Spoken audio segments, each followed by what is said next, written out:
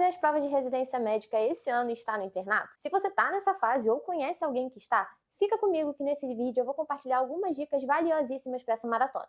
Bora lá? Fala, bonitos! Eu sou a Bia, sou estudante de medicina do último ano aqui no Rio de Janeiro e nesse canal eu compartilho dicas de estudo e produtividade. E se você, como eu, está se preparando para as provas de residência, você deve saber que conciliar o internato com esses estudos pode ser um grande desafio. E hoje nós vamos conversar sobre estratégias que têm me ajudado nessa preparação e também podem ser uma mão na roda para você. Então não deixa de se inscrever aqui no canal, curtir esse vídeo e vamos lá falar do que interessa. Em primeiro lugar, é importante lembrar que durante o internato nós temos vários estágios das mais diferentes especialidades médicas. E eles duram mais ou menos de 1 a 3 meses e da mesma forma que a nossa rotina varia muito nesses estágios, os nossos estudos também acabam tendo que se adaptar. Nos estágios um pouco mais tranquilos, como o último que eu passei agora, que foi ginecologia e obstetrícia, eu geralmente opto por teoria. Eu vejo aqueles conteúdos que eu tenho um pouco mais de dificuldade, corro atrás de conteúdos que estão atrasados.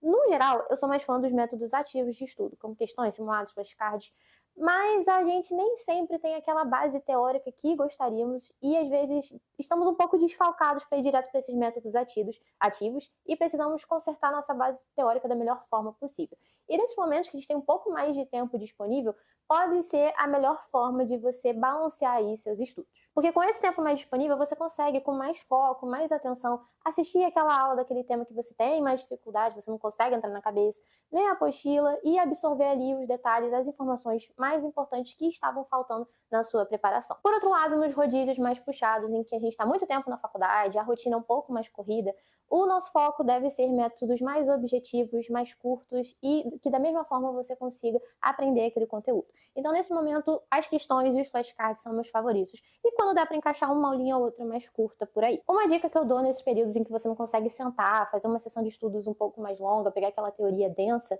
é você optar por fazer questões de primeiro contato com maior frequência que antes. O que são essas questões de primeiro contato?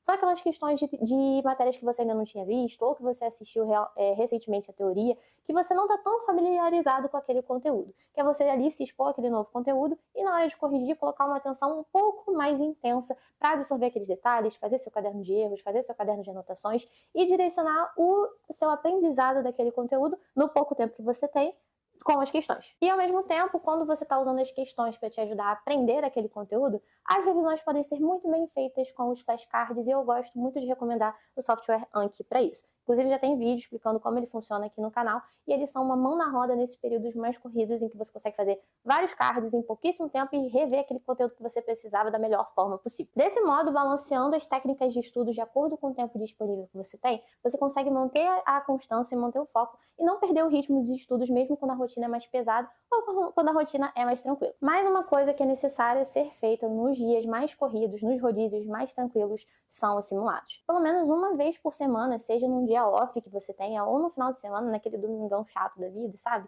Incluir uma prova na íntegra ou um simulado é muito importante. Porque ali você encontra os assuntos disfarçados em caso clínico ou podem ser cobrados papum de uma forma objetiva. O importante é você saber como é estruturada uma prova, como você pode organizar a sua estratégia. Vou começar primeiro por clínica médica, vou começar primeiro por preventiva e você só vai descobrir isso conforme você vai fazendo essas provas, sabe? Acho que até mais que fazer, a correção é muito importante. Porque nos simulados, quem tá ali no meio termo da preparação como eu, ainda tem muito conteúdo que não viu e tem muito conteúdo que viu, só que é cobrado de uma forma diferente do que você estava esperando.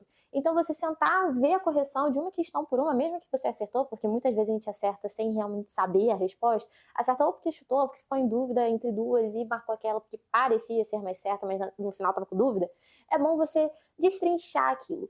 Você saber se você errou por falta de conteúdo, você errar se estava com dúvida, errou por falta de atenção, ou porque não soube interpretar direito aquele enunciado, e tudo isso serve como uma análise da sua preparação. É um feedback que você tem sobre seus próprios estudos. Mas para que você consiga empregar tudo isso e para que sua preparação efetivamente funcione, é necessária a organização. Ter um planner, ter uma agenda, ou mesmo um calendário digital da Apple, do Google, é muito importante para que você possa ter na sua frente todas as suas metas diárias, suas metas semanais. E é super importante você pegar tudo aquilo que você tem, sentar num dia das semanas, num domingão, assim como eu faço, ver as metas do cursinho, ou se você está estudando sozinho, ver o que você precisa fazer aquela semana e colocar bem na sua frente. Saber quando você vai fazer simulado, saber quando você vai fazer essa lista de questões, quando você vai encaixar aquela aula daquele tema que você precisa ver porque estava atrasado.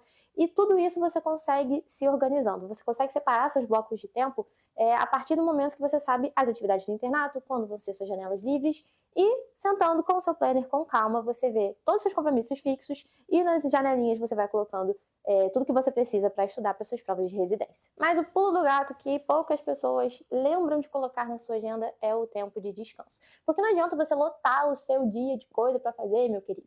Se no final você não vai conseguir fazer porque você vai ficar frustrado, triste, você vai ficar triste que você não conseguiu fazer e vai acumular coisa pro dia seguinte, porque você se entupiu de tarefa na sua agenda, e você vai ficar à beira de um burnout, porque a gente sabe, que eu sei que você lembra da época do vestibular, quando você ficou super desesperado estudando, que isso pode se repetir se você cometer os mesmos erros. Então, seja responsável na hora de fazer seu planejamento, porque às vezes a gente passou o dia inteiro na enfermaria resolvendo pendência, ou passou o dia inteiro no centro cirúrgico sendo cone, porque o interno é cone na maioria das vezes.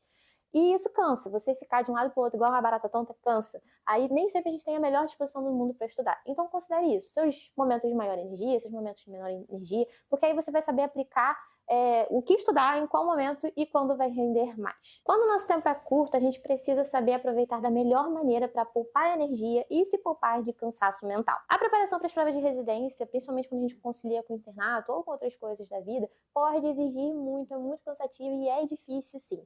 Mas com constância, disciplina e foco a gente consegue se organizar para torná-la a melhor possível e equilibrar tudo que a gente pode na nossa vida. Espero que essas dicas te ajudem nesse momento tão complicado e desafiador, porque eu sei, eu compartilho desse sentimento com você e eu vou deixar aqui um outro vídeo que eu acho que pode te ajudar muito também nessa jornada, tá bom?